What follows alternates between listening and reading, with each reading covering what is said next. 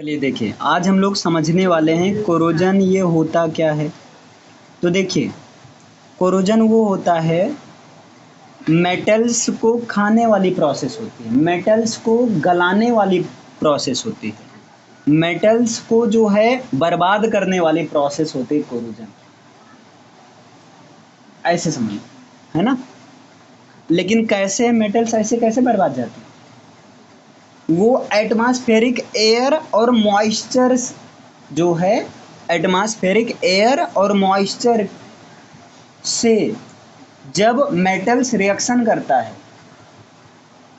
Atmospheric air and moisture means, अगर हम बोलें जब नमी, जब कोई मेटल्स लाइक एग्जाम्पल के रूप में हम आयरन ले लेते हैं, जब कोई लोहा या कोई भी मेटल्स आपका नमी के संपर्क में, एयर विद मॉइस्चर के कांटेक्ट में आती है, तो उस दौरान मेटल्स क्या होने लगता है?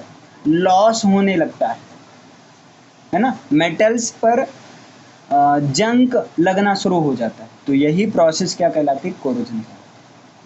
तो व्हाट इज कोरोजन? और कोरोजन एक दिन में नहीं होती, धीरे धीरे होती। Corrosion is the slow process of eating away of metals. Metals को ईटिंग अवे की स्लो प्रोसेस होती है by the reaction of atmospheric air and moisture. Atmospheric air और मॉइस्चर के रिएक्शन के द्वारा, यानी कि ह्यूमिडिटी हम कह सकते हैं। जैसे एग्जाम्पल अभी बताया गया, रस्टिंग ऑफ आयरन, किसी आयरन में जंग लगना। तो आयरन में जंग कब लगेगा? जब वो आयरन ऐसी एयर के कांटेक्ट में होगा जिनमें ह्यूमिडिटी की क्वांटिटी ज़्यादा हो, या ह्यूमिडिटी की क्वांटिटी हो।